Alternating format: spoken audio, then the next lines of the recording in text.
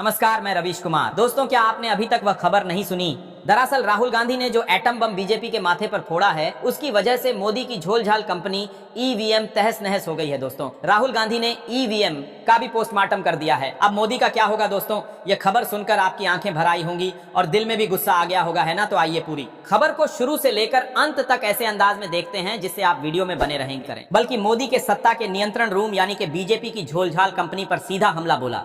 कैसे ईवीएम से लेकर वोटर लिस्ट तक और चुनाव आयोग से लेकर मीडिया तक पूरा तंत्र एक राजनीतिक जादूघर में बदल चुका है, जहां वोट की नहीं मैनेजमेंट की गिनती होती है। सोचिए, वोटर आईडी से आधार लिंक किया गया और फिर एक एल्गोरिदम तय करता है कि किस वोटर को लिस्ट से हटाना है।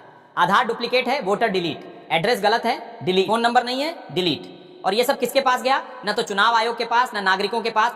ये डेटा पहुंचा एक प्राइवेट कंपनी के सर्वर में, जिसका मालिक कौन है ये आज तक किसी ने नहीं बताया। अब आप कहेंगे क्या ये सिर्फ एक अफवाह है? लेकिन राहुल गांधी ने इस डेटा को सुप्रीम कोर्ट के वरिष्ठ वकीलों के साथ सार्वजनिक किया है।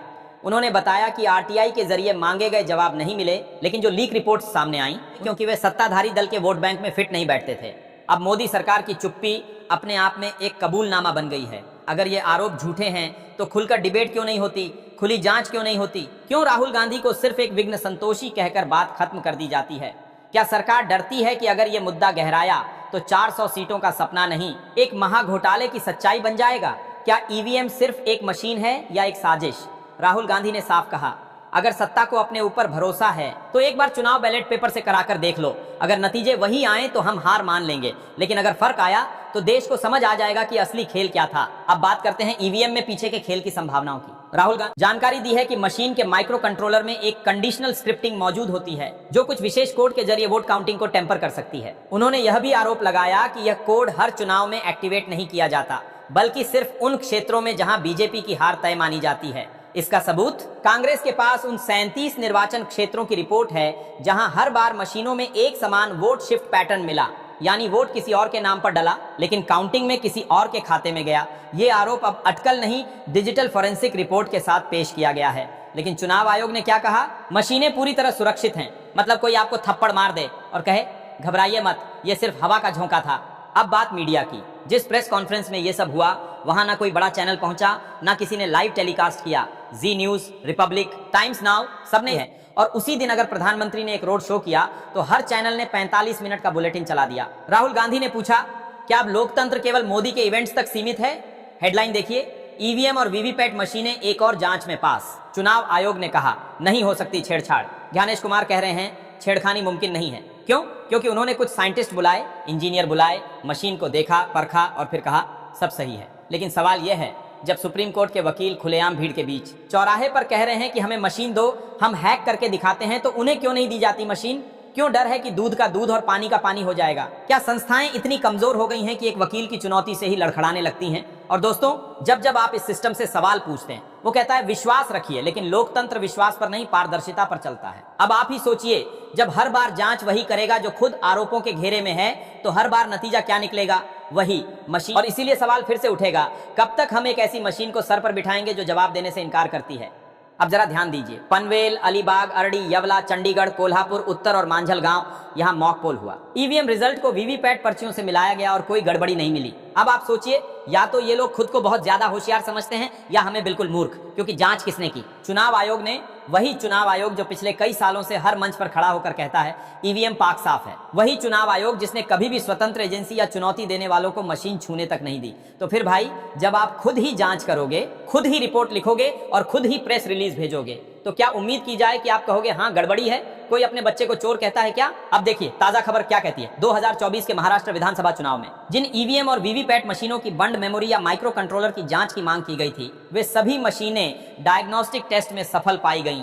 और फिर वही रटा रटाया वाक्य, मशीनें पूरी तरह से सुरक्षित हैं, छेड़छाड़ से मुक्त हैं। अब आप सोचिए, जब चुनाव आयोग खुद ही कहता है कि मशीन में छेड़खानी नहीं हो सकती और फिर खुद ही जांच करता है, तो नतीजा क्या निकलेगा? वही, हम जीत गए, सवाल हार गया। लेकिन दोस्तों, लोकतंत्र में जांच वो नहीं होती जो खुद को सही साबित करे, जांच वो होती है जो सवालों को जगह देती है। आप क्यों नहीं किसी स्वतंत्र संस्था, आईआईटी के एक्सपर्ट्स या फिर सुप्रीम कोर्ट द्वारा नियुक्त ऑब्जर्वर से जांच कराते? क्योंकि आपको भरोसा नहीं है मशीन पर, बल्कि डर है सवाल से। और यही डर सबसे बड़ा सबूत होता है कि कुछ ना कुछ छिपाया जा रहा है अब सवाल उठता है, क्या ये सब सिर्फ विपक्ष की हताशा है या फिर वाकई कुछ ऐसा है जो हमें नहीं बताया जा रहा। कांग्रेस ने एक और रिपोर्ट पेश की जिसमें दिखाया गया कि 2019 से 2024 के बीच भारत के 250 जिलों में 1.5 करोड़ नए वोटर जोड़े गए, जिनमें से 80% का झुकाव सिर्फ एक ही पार्टी की ओर रिकॉर्ड हुआ। ये आंकड़ा कोई एग्जिट पोल नहीं, ये सरकारी वोटर डेटा से निकाला गया है। और जब इसकी जांच की मांग की गई, चुनाव आयोग ने फिर वही रटा रटाया जवाब दिया, सभी आरोप निराधार हैं। लेकिन अब राहुल गांधी सिर्फ रिपोर्ट नहीं पेश कर रहे, वो अब जनता से सीधा संवाद कर रहे हैं।